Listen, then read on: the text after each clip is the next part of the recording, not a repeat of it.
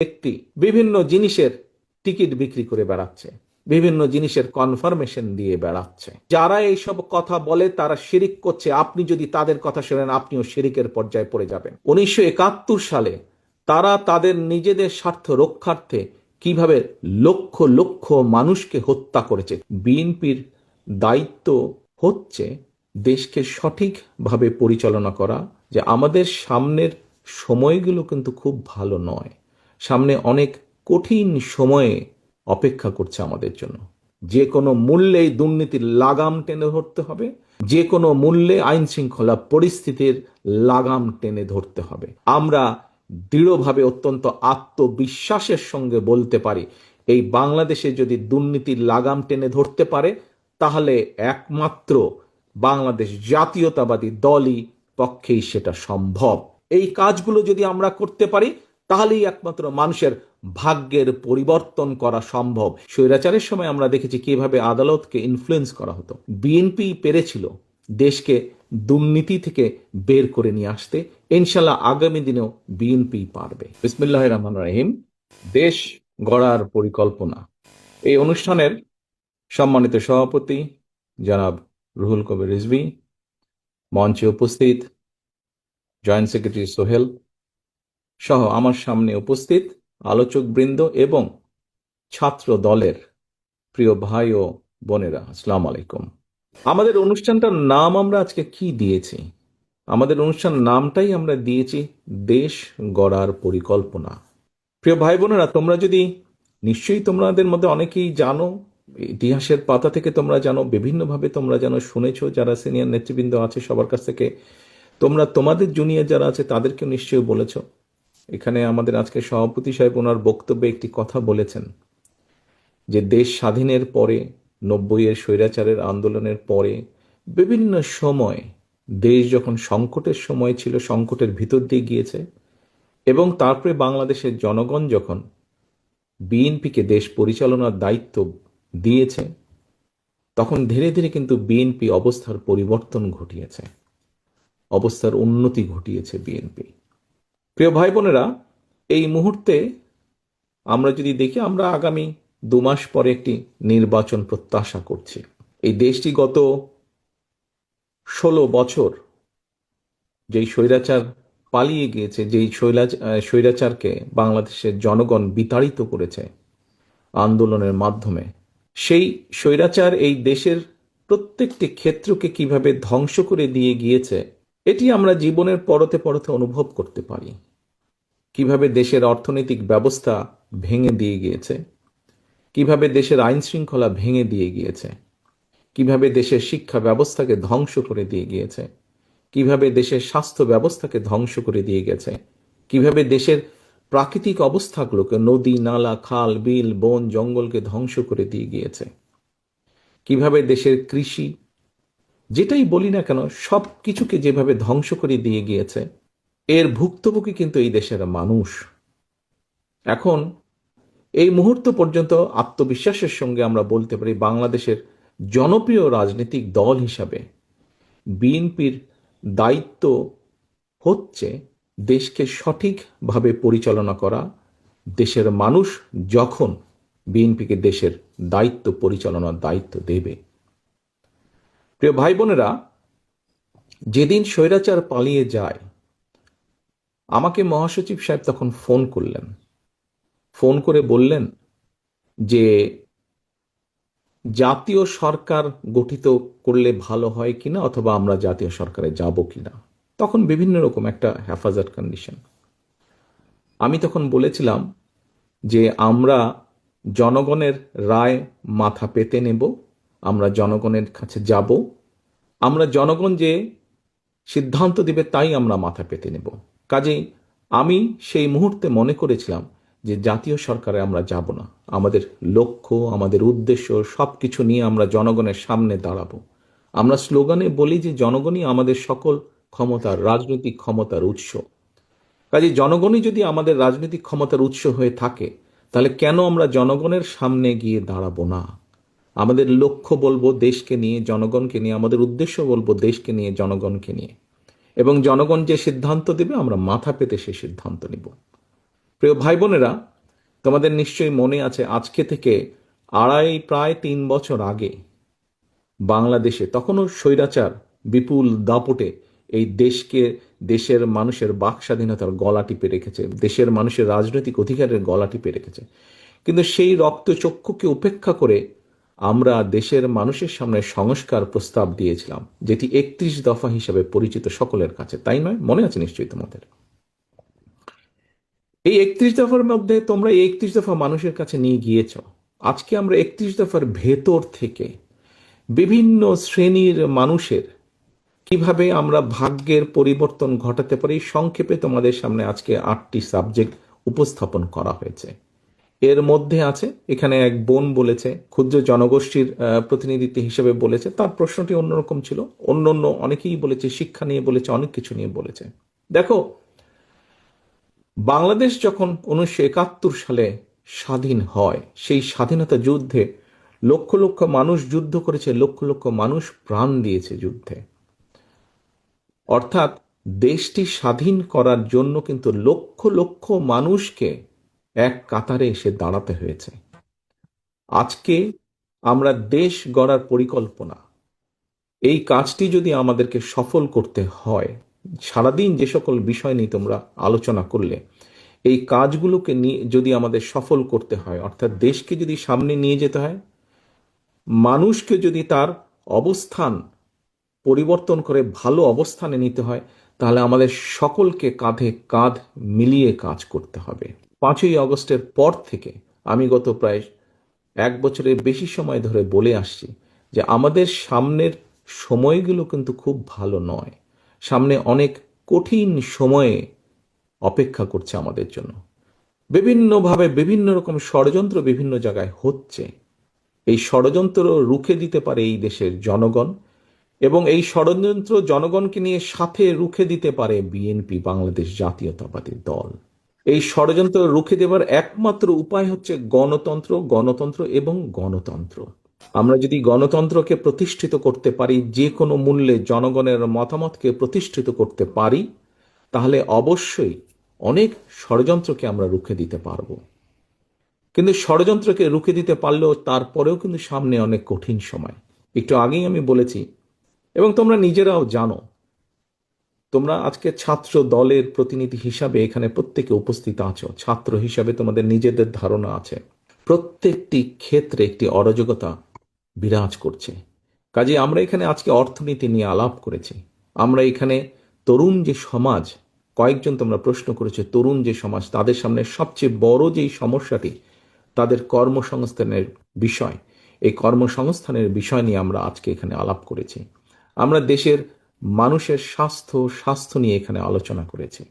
আমরা এখানে দেশের যে অর্ধেক সমাজ নারী সমাজ, এই নারী সমাজকে কিভাবে এম্পাওয়ার করা যায় এবং তাদের কন্ট্রিবিউশনকে সমাজের মধ্যে নিয়ে আসা যায়, এবং যেটার শুভ ফল দেশের অর্থনীতি, দেশের সমাজ ব্যবস্থা, পরিবার, স্বাস্থ্য সবকিছুর উপরে শুভ অবস্থাটা পড়বে, কিভাবে সেটা করা যায় তা নিয়ে আমরা আলোচনা করেছি।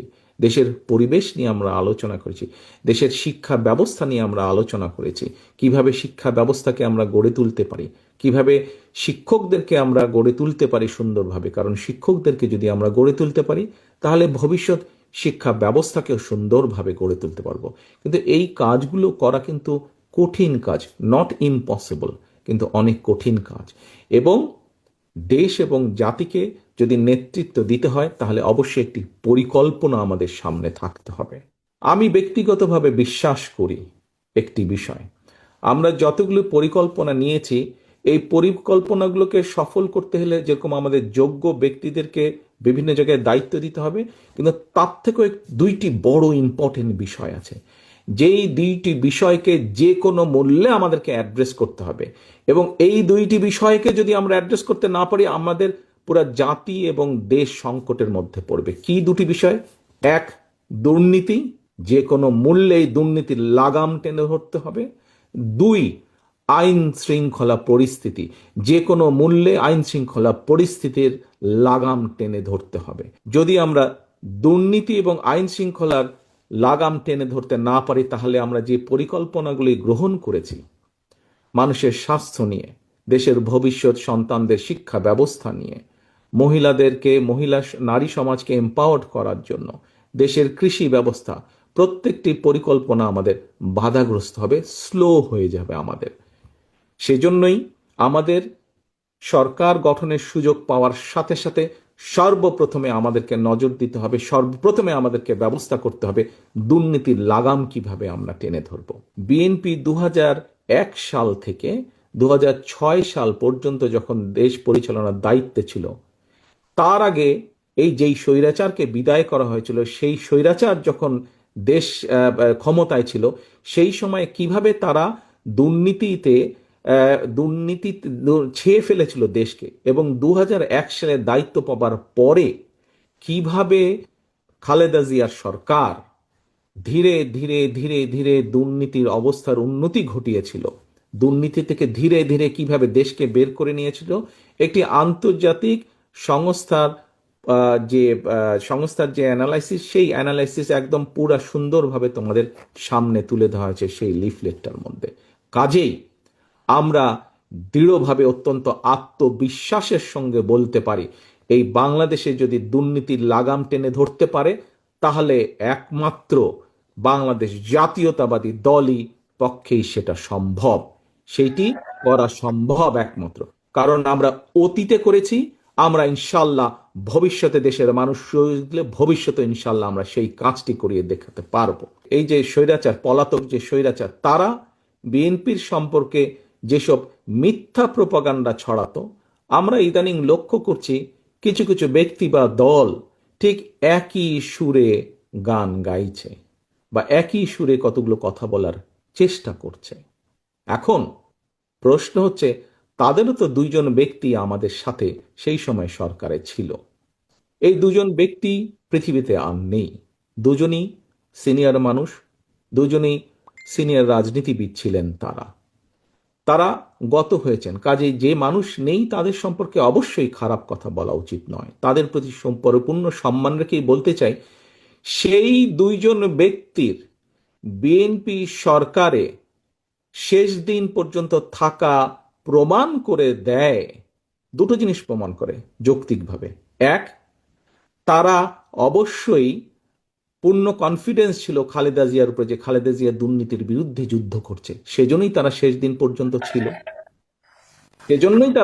পর্যন্ত ছিল।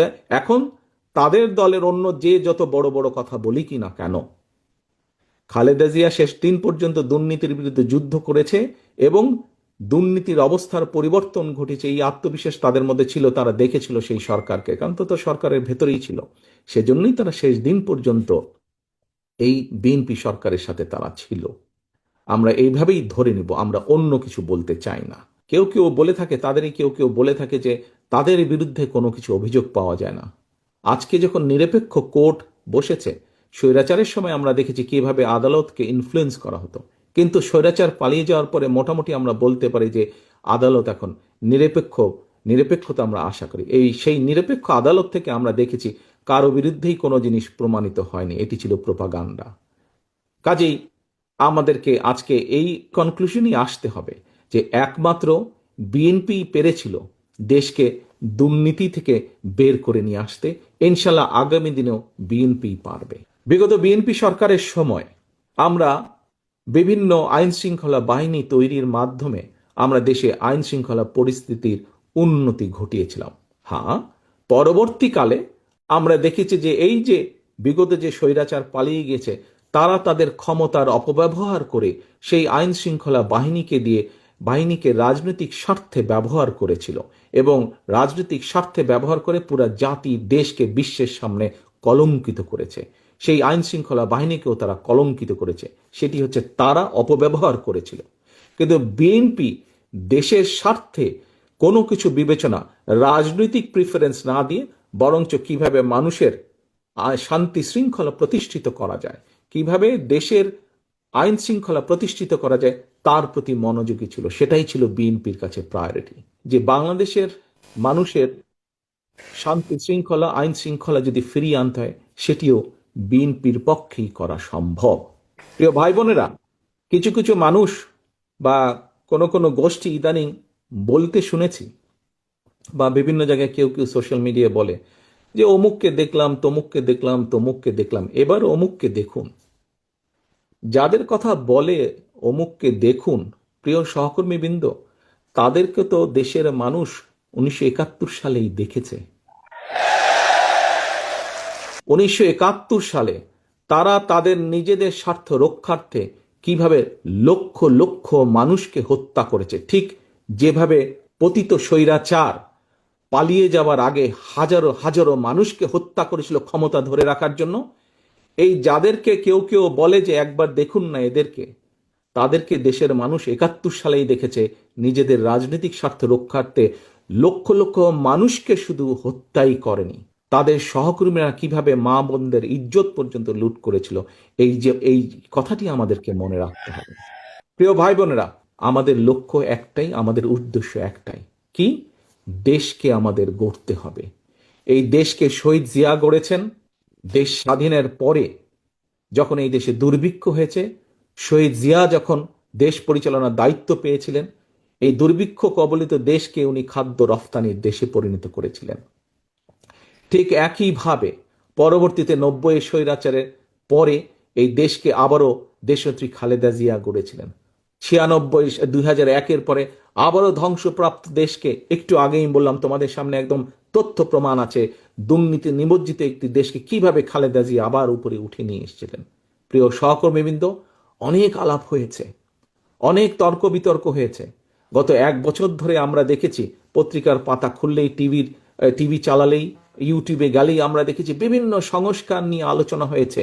কিন্তু একটি সংস্কার মধ্যে তোমরা আজকে যেই কয়টি বিষয় নিয়ে আলোচনা করেছো, তোমাদের কর্মসংস্থান, তরুণ সমাজের কর্মসংস্থান নিয়ে আলাপ করেছো, মহিলাদের এম্পাওয়ারমেন্ট নিয়ে আমরা আলোচনা করেছি, কৃষকের কৃষি কার্ড নিয়ে আমরা আলোচনা করেছি, আমরা মানুষের স্বাস্থ্য সেবার জন্য প্রান্তিক মানুষের দোরগোড়ায় স্বাস্থ্য সেবা পৌঁছে দেওয়ার জন্য আমরা স্বাস্থ্যকর্মীর বিষয় নিয়ে আলোচনা করেছি।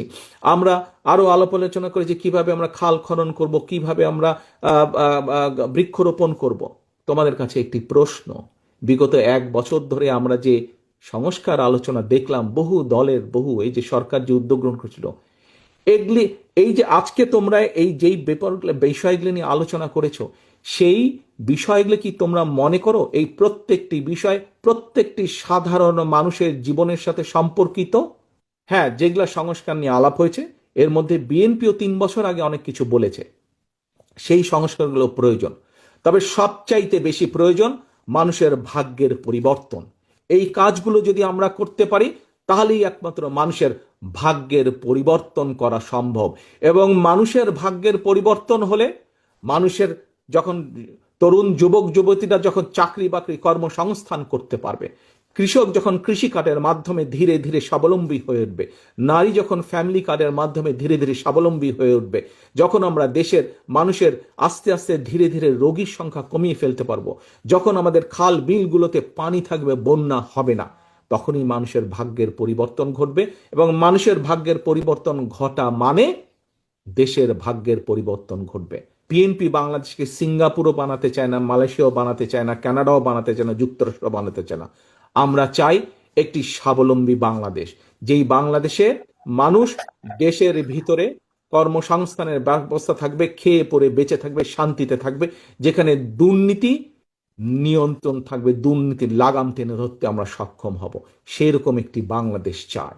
অনেক কথা হয়েছে, আজকে আসো, দেশ গড়ার যে পরিকল্পনা, এই পরিকল্পনা সফল করতে হলে তোমাদেরকে আজকে ছড়িয়ে ছিটিয়ে পড়তে হবে সারা দেশে, যে যেখান থেকে এসেছো।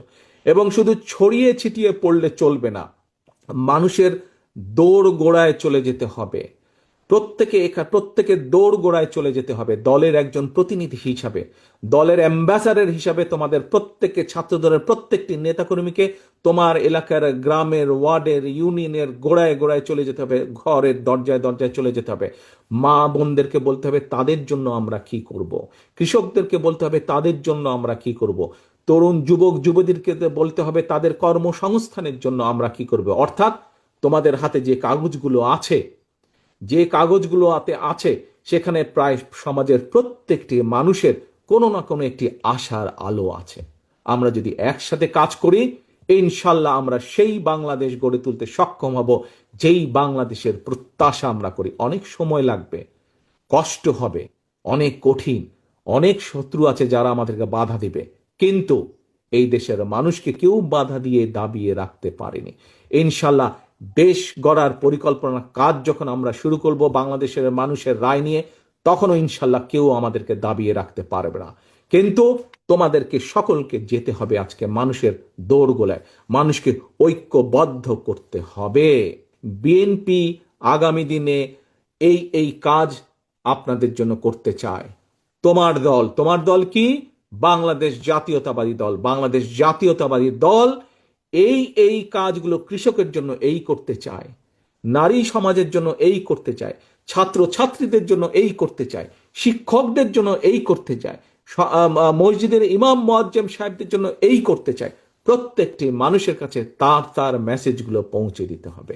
প্রিয় সহকর্মীবৃন্দ, আমরা মানুষ, পৃথিবীতে আমরা বসবাস করি, আমরা মানুষ হিসাবে মানুষের জন্য আমরা কাজ করতে পারি। আমাদের সীমাবদ্ধতা আছে, পার্থিব সীমাবদ্ধতা আছে। সেই পার্থিব সীমাবদ্ধতার মধ্যে থেকে আমরা মানুষকে যা দিতে পারি, যা করতে পারি, আমরা মানুষের কাছে সেটি কমিট করব, সেটি কমিটমেন্ট দেব।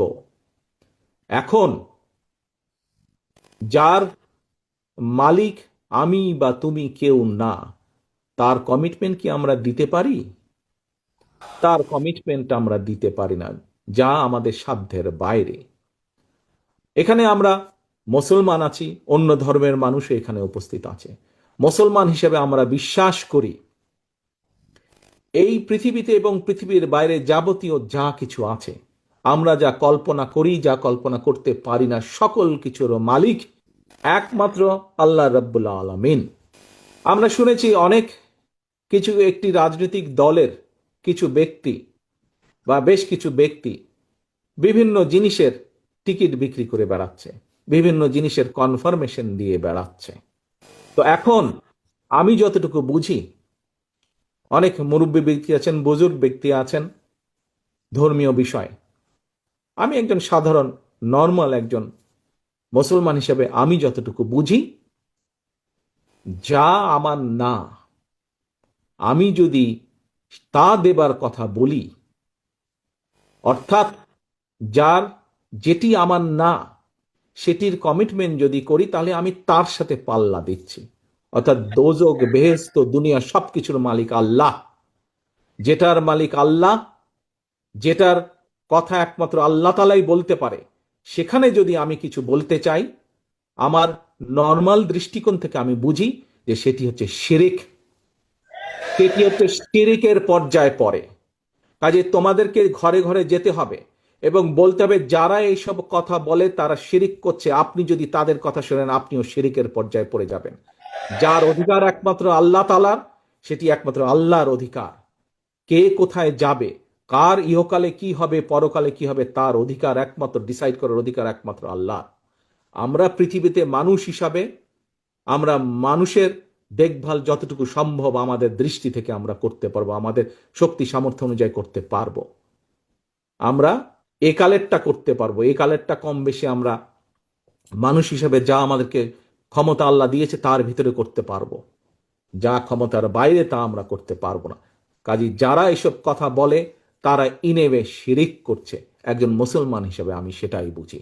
এই কথাগুলো তোমাদেরকে পৌঁছে দিতে হবে। তবে সবচেয়ে বড় কথা হচ্ছে, যা তোমরা আজকে শিখে গিয়েছো, যা তোমরা আজকে জেনে গিয়েছো, যা তোমরা আজকে বুঝে গিয়েছো, এগুলো মানুষের দোরগোড়ায় পৌঁছে দিতে হবে। তোমাদেরকে বিএনপির অ্যাম্বাসাডার হিসাবে যেতে হবে, আজকে মানুষের রাষ্ট্রদূত হিসাবে, দূত হিসাবে যেতে হবে। এখন আমার প্রশ্ন তোমাদের কাছে, তোমরা কি এই কঠিন কাজটি করতে পারবে?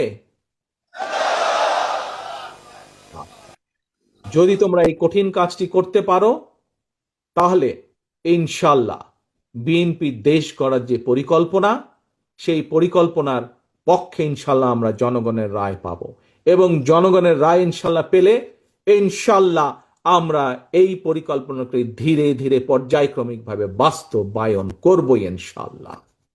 প্রিয় সহকর্মীবৃন্দ, আশা করি, প্রত্যাশা করি এবং ইনশাল্লাহ তোমরা তোমাদের কাজে সফল হও। তোমাদের সেই সফলতা কামনা করে আমার বক্তব্য শেষ করছি। আল্লাহ হাফেজ। বাংলাদেশ জিন্দাবাদ। বাংলাদেশ জাতীয়তাবাদী দল জিন্দাবাদ।